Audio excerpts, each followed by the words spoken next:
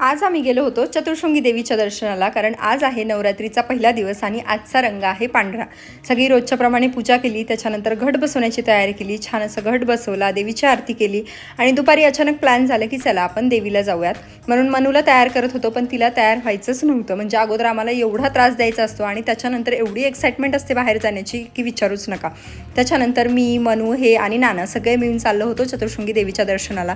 असं वाटलेलं की तिथे खूप जास्त गर्दी असेल, पण अजिबात गर्दी नव्हती.